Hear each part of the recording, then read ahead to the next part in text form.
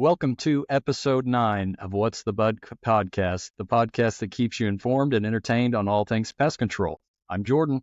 I'm Shawn. And together we're here to buzz through the world of pests, big and small, from the latest in pest management techniques to fascinating facts about the critters we all love to hate. We've got the insights that you need. It's another week, and we are here once again to share our expert advice, real-life stories, and practical tips to help you keep your home pests free. So sit back, relax, and get ready to discover what's really buzzing. Hey, Shawn. Hey, I thought you said you weren't going to mess that one up. Well, I tried. It happens. So What's the buzz? another What's week, bud? another mess up. Can you believe it? It happens. It does. It happens. So what's going on around Bug Zero right now? Well, right now, Janelyn has been with us for 20 years this past week. So congratulations and thank you, Janelyn. She's kind of the behind the scenes lifeblood of this organization, wouldn't you say? Administrative assistant, I think, is her title, right? Yes, But she's 20 years. That's a long time. it is. Almost longer than I've been alive. You also might notice we have some new scenery behind us. Yeah, we've got a nice set of pheasants behind us. Some ducks flying in the distance on this side. Our podcast studio is under construction. Could be 3 months, could be 6 years. You never know how long it's going to take, but ever-changing landscape. One of these days, Maybe. the studio, Maybe. right? Okay. We hope so. Okay. So How's your Labor Day? it was good. So got to go on the duck hunt. Took my son. First 5 minutes, he started asking, when are we going to leave? But then the dove showed up, so he got pretty excited about that. How old's your son? He's almost 5. He'll be 5 in November. So not a legal shooting age yet, but he did have a good time. Just coming and getting to check it out. So it was a really good time. Awesome. Good experience for me. How was yours? Mine was pretty low key. Was it? Wife was on vacation in Utah till early Monday morning, and I just kind of sat at home and did stuff around the house. Nothing too Sounds pretty exciting. Nothing too exciting. Well, to address the elephant in the room once again, we're a week behind. So what are we going to do to make up for that? Well, let's talk about why we're weak. Okay. I was out of the office all last week training a technician. A longtime technician's been with us for a little bit, but he did switch his focus onto our commercial side. So that takes a little bit of extra attention there on one of our most prestigious accounts. So I'm going to be spending some time with him here and there. Can you spell prestigious? Not off the top of my head right now. I'd give it a shot, but I'd make myself look like an idiot. So I'm not going to do that. But spend some time with him. Went to an account that you recently sold. Oh, really? With pretty heavy roach activity. So Okay. got to deal with that. And So you're saying the pest control is not always sunshine and rainbows? not always. We like it to be sunshine and rainbows, but it's not always sun. Sometimes you gotta get dirty. You got to get a little dirty. So we did that. All is well. The outlook's looking good for him. So Awesome. yeah, So we're getting back on schedule. I hope so. Perfect. I'll hold you to it. All right. Let's. Today I thought we'd talk a little bit about the Ozarks and the difference in our approach versus a national or regional company. Okay. Um, Yeah. So obviously Bug Zero was founded and started right here in Springfield, Missouri. That approach is obviously different than something in the Northeast, Northwest, Southwest, Southeast region. So the pests that we're after here all the time, we're not trying to take care of what's in Maine or California. So a lot of time what you get with the national companies is kind of a blanket treatment, right. where their standard procedures don't really change from region to region based on the pest activity. Right. So products would be in that category as well. They probably use the same thing across the nation, where our products are somewhat tailored to specific pests right here.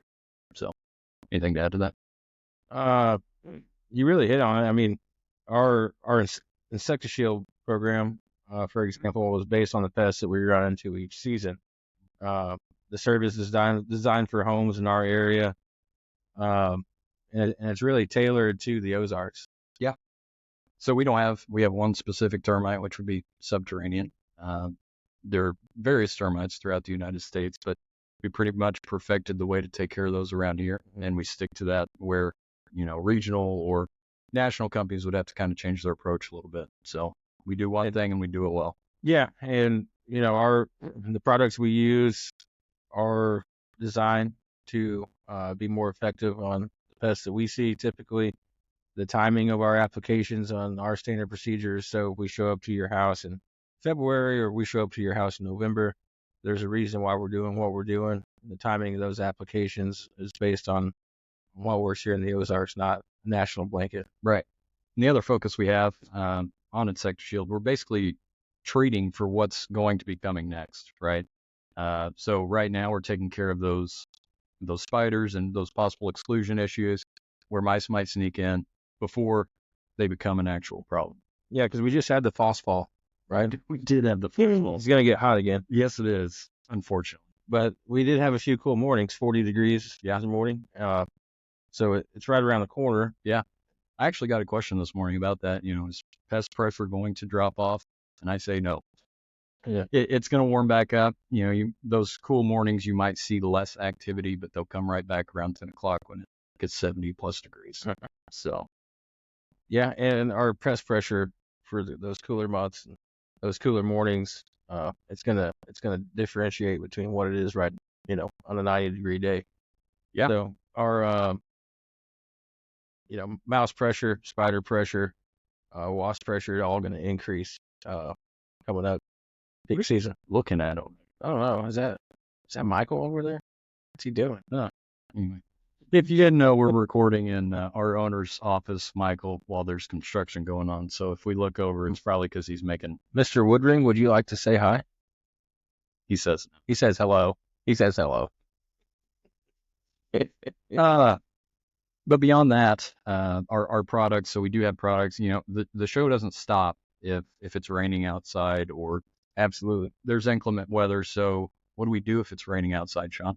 We have a change in our standard procedure. For one, and we will use products that work with the weather instead of against us. So we will switch out and use granular products that are water activated. We use products that work better with water than without. Crack and crevice treatments. Use a dust product, a lot of voids. So you're telling me it doesn't just wash away our treatment? No, it doesn't wash away. What about when it starts freezing outside? What do we do then? When it starts freezing outside, yeah, we're still going to show up and do our job. That's right. We tailor our services to the weather too. And so really the water really doesn't break our products down. So if we're there today, make an application outside, even if it's a liquid application, we get 2 days of rain. What actually breaks our products down more is heat and direct sunlight for extended periods of time versus rain. Yeah, and we talked pretty extensively on it last time, but our winter interior service, we don't apply outside at that point. We're focusing on what's going to make its way into your home and then basically prepare you for spring as well. So, perfect. Well, how does something else we wanted to talk about? Why don't I take this one? You want to take it? Yeah. So in Springfield, I don't know if all of you guys in the Joplin area have the same, but we've got a lot of development going on and a lot of road work and just a lot of construction in general. So how does development affect the pest activity? Well,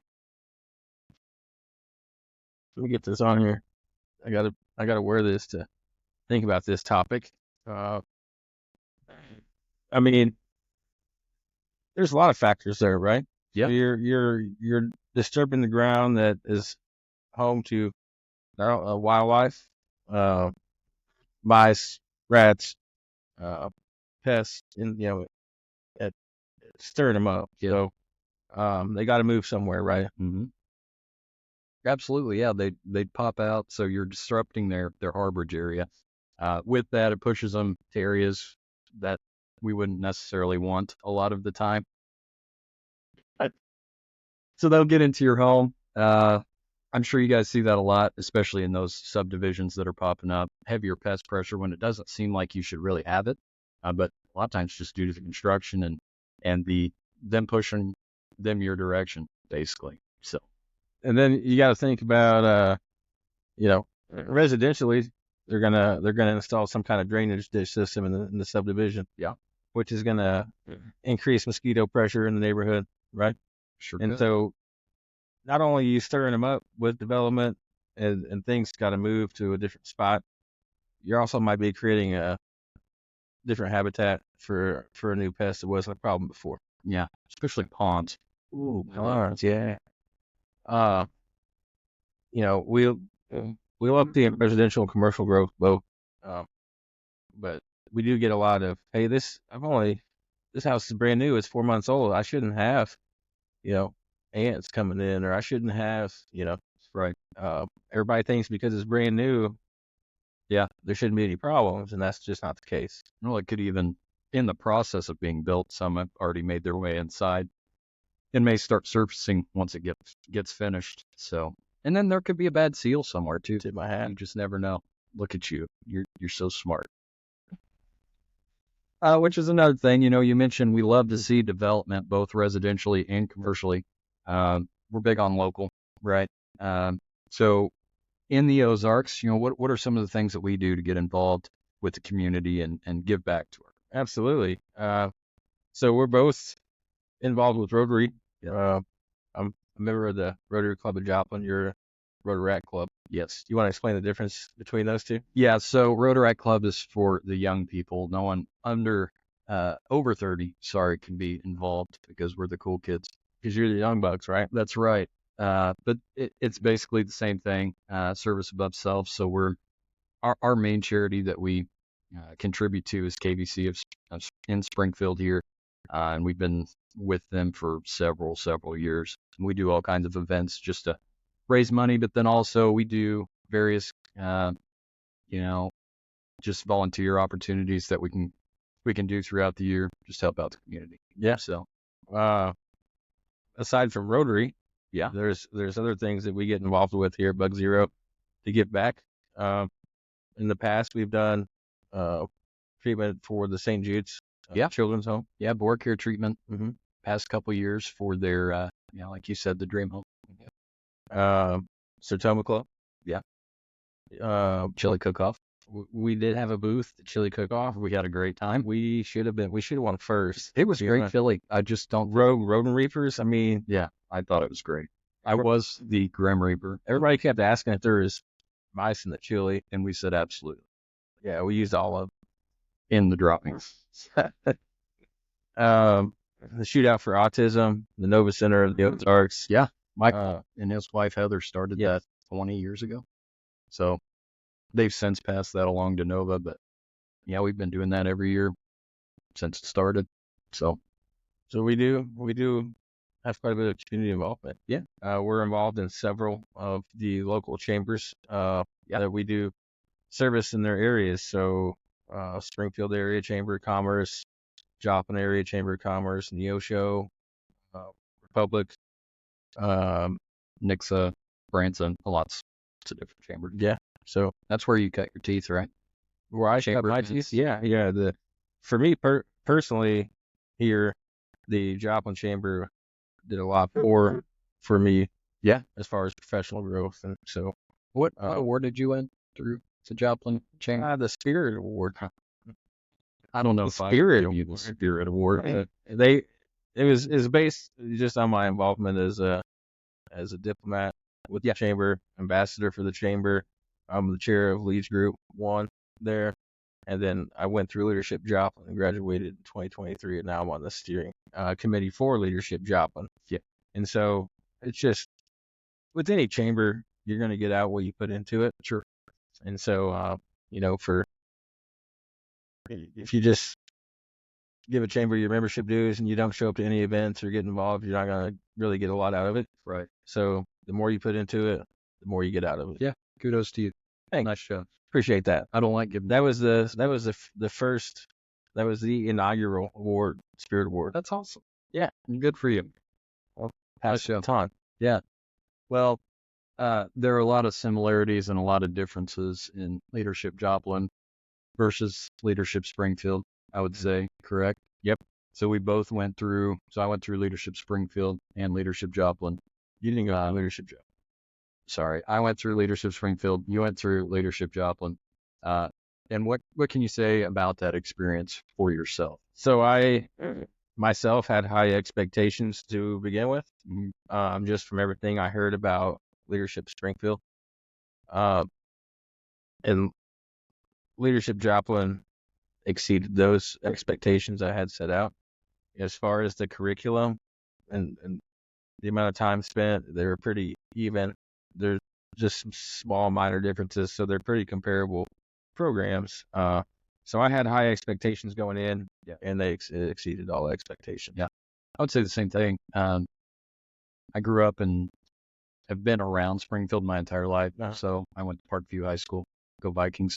Boy, Went to Parkview, but it was an eye-opening experience for me, just because you don't see all of those on a daily basis, and you may not know what challenges your community is really facing. So it really opened my eyes in the sense to go through that. I don't know why I went so in depth on that's that all right. part That's of it, fine. but That's fine. it was a great experience, and I'm sure You know, for me, I made friendships that I'm gonna have for life. right, You know, connections that I would have had if I wouldn't have been a part of the program. right, And now that I'm on the steering committee and I'm sitting in the sessions, we're planning the sessions for the next class. You know, we welcome in new committee members, the new class. You're still building relationships. yeah, absolutely. Our class 41 still gets together monthly. Yeah, what do you guys do? Happy hours, huh? Happy hours, yeah. We get her done. Girls. 41. We had Girls. but we were the most fun class ever, if nothing else. So we had a really good. Well, we were the class that raised the bar. Okay. So we have to complete a community project before graduation. We were challenged to do something big. Yeah. Because it was the 150th birthday of the city of Joplin. And so we really didn't know what was expected of us for a class project. We just knew it couldn't be hygiene packets for a local nonprofit with that kind of pressure on your shoulders. Sure. So we created a sound garden at one of the local parks, at Schifferdecker Park there in Joplin. Started off thinking it was going to be super easy. Started digging and digging. We got a couple backhoes stuck, and we had to have other people step in and get involved with it. But we got it accomplished. Yeah. Yeah. Did you wear your hard hat? I did not wear this hard hat. No. What are you doing, Ron? Well, Shawn, we've got a few more things to cover here before we're done with this episode. Customer question of the week. You have any good ones that came in this week? Yeah, let me check my cellular device right here. I got a couple that came in. Or known as a cell phone would have been the Cellular device. okay. Here we go. What you got? Question out of job. Out of job? Out of Joplin. Okay. I've had a yellow jacket problem, and unfortunately have sprayed them at night. Maybe you could talk about why that works, or why they are so stinking mean when other bees aren't. I'm with you. You got an answer for that question? Why don't you start? Go ahead. You want me to start? Yeah, start. Okay. So we do have, so yellow jackets do go back to their nests at night, and they become fairly dormant overnight. So it's a lot safer, a lot easier to eliminate the nest at nighttime. There are specialized lenses, red lenses that you can use at night to see those nests a little bit better. And they're a lot meaner than other bees because they're protecting their. Sorry, I can't with that. No, He said they are social insects, and they are a lot more aggressive than like paper wasps per se. So they're territorial. If you start to disturb their nests, they're much more likely to come after you at that point. Simple vibrations, and Michael can attest to this, even though he's off camera and he doesn't want me to reference him. But where's he at? You can walk on a deck, which we actually recently had happen, and at that point it started stirring them up. Excuse me. You also hear, people on lawnmowers will run over their nests, and when they do that, they feel threatened, and that's why they attack. These are a lot more solitary insects, not as social as yellow jackets, and they can sting multiple times.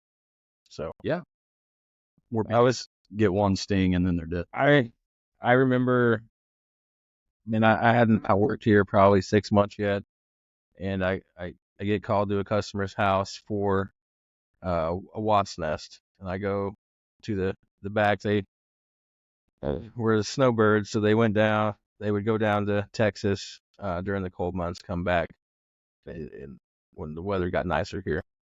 And so they took me around to the back where they have an in-ground pool. And I look up and I'm like, that is not a wasp nest. And it was a ginormous, to me at the time, hornet's nest on the back of their home. And so I called my lead tech. He said, "Oh, just control your heart rate." I was like, "How do you want me to control my heart rate?" So we got it taken care of. Yeah. But yeah, Another thing too, if you find one nest, don't stop there. Our last endeavor, we found multiple through gutter systems underneath decks. We probably found 7 nests altogether. We treated them directly and knocked it out at that point, but they're not fun ones to deal with by any means. So no.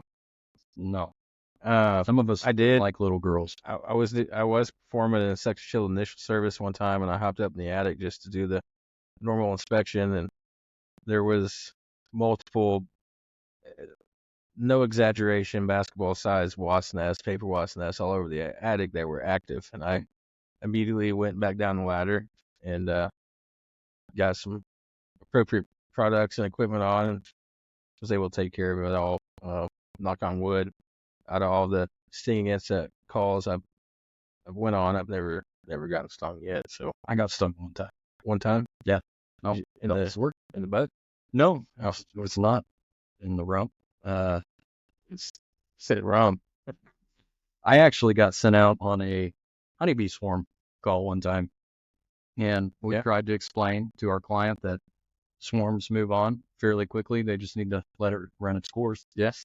And I went out, checking out the situation. I was talking to the client at the time, and was just watching the swarm kind of do its thing, move around, and then here comes one, tagged me right underneath the eye. I said, ran back to my truck, said, just leave them, they'll be fine, they're not going to see it. So another quick story. When I was 8 years old, I had a friend over to spend the night, and I had an 80 horsepower 4-wheeler, and we were riding in the woods at my grandparents' house, and I got it high-centered stuck on a log, and I had my buddy get out to push us off, and he started running around and flailing his arms. I was like, "What are you doing?" And then I started getting hit. We had that 4-wheeler stuck on a yellow jacket's nest and had to take off running back through the wood. Maybe that's why I got into pest control. Maybe, you never know. Revenge. That's revenge of the yellow jackets. Shawn, do we have anything else? Yeah, I got another question that came in. Kayla and Joplin. Does pest problems differ in rural versus urban environments? And is this something to consider when you're shopping for houses? Sure. Yeah. You know, elaborate on that for? Sure. Okay. I mean, obviously when you're in their element, there's going to be more of them. Spiders around your house in wooded areas, ants, you're a lot closer to their environment. I mean, you're going to have higher pest pressure there. One thing that comes to mind for me is mosquito suppression. Sometimes if you don't have a lot of trees or shrubbery or standing water issues in your yard and you live in a subdivision, you got a neighbor 3 houses down that doesn't mow his yard and he's got a stagnant, kiddie pool over there. Yeah. It's kind of hard to get under control of your house. Mm-hmm. As opposed to in the rural area where, everything that's close to your home, we can kind of go take care of for you.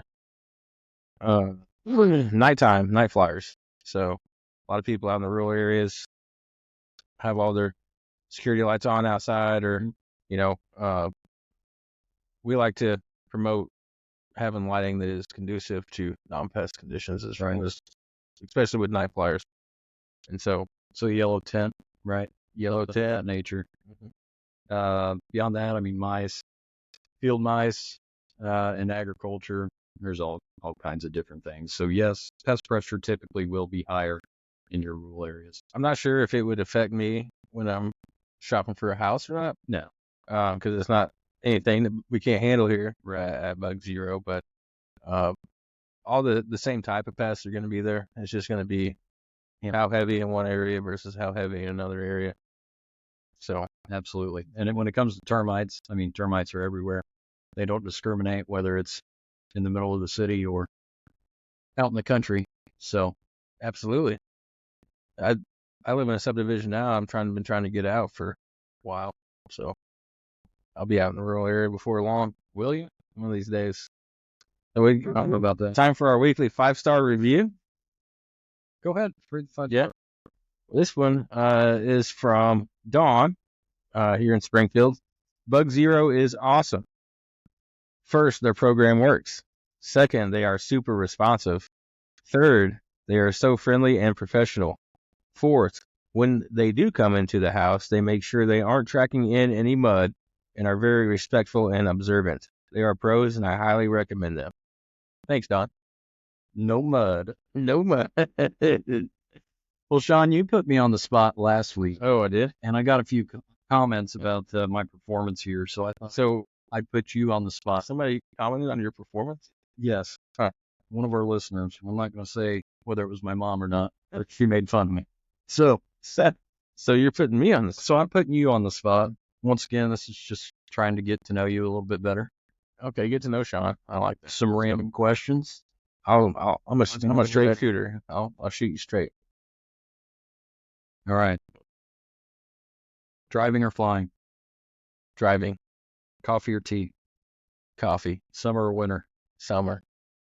What is your dream destination for travel? Ooh, Bora Bora. Okay. What is the best holiday food? The best holiday food? Yeah. Ooh, green bean casserole. Stupid. Do you have a morning ritual? I do. You want to know it? Yeah. It's kind of odd. So I get up, go to the bathroom, take my dog outside to go to the bathroom. I shower, get ready, dressed, and I'm out the door. Okay. How do you celebrate your successes? How do I celebrate my successes? Yes. I guess it depends what level of success. Like, I might grab me a nice cold 6-pack on the way home. Might go out to dinner. Just depends on what we're celebrating. Beer or whiskey? Ooh, beer, Dogs or cats? dogs. Best Halloween costume? That I've worn? Yeah. Ooh, Fred Flintstone. I'm not going to ask. Did you like school growing up? I did not like school growing up. I like to sleep in. I stayed up late and like to sleep in, so that's why I didn't like school growing up. Because you're stupid. I liked it once I got there because I was a social person. Okay. Share 2 fun facts about yourself. Ooh, I used to be a paramedic back in the day. Fun facts. Oh, okay. Ooh, that's tough. Skip. Can we? How many skips do we have? That's it. That's it. Final question. Final destination. What do you like most about your job? Ooh, I love building relationships with people. I love my wonderful boss, Michael Woodring, who is not sitting in here with us right now. Just giving him the praise. I love helping people solve their issues and their problems, and the relationship building to me is really one of the main things that I like the most. Yeah. All right, you're up. And I'm weird. I like continuing education. I have since I was a medic. Went on to get my critical care and all that stuff. And so that's one thing I try to do here too, is just keep learning. Yeah, it's a lot different to continue education in something you actually have interest in versus Geography. school, like you said. In your case, I was smart. I was just there for the chicks. I bet you were. Yeah. So, what else? That's all we got this week, I believe. You got anything else? I don't think so. Good episode. Well, until next time. Are we doing 2 episodes this week? I think we're doing 2 to get caught up just for you guys. You guys better be ready. We're bringing the heat. Here we go again. 2 episodes this week. Catch up. Maybe at some point we'll get ahead of the game. Maybe. As always, if you guys have any questions you want answered here on the next episode, drop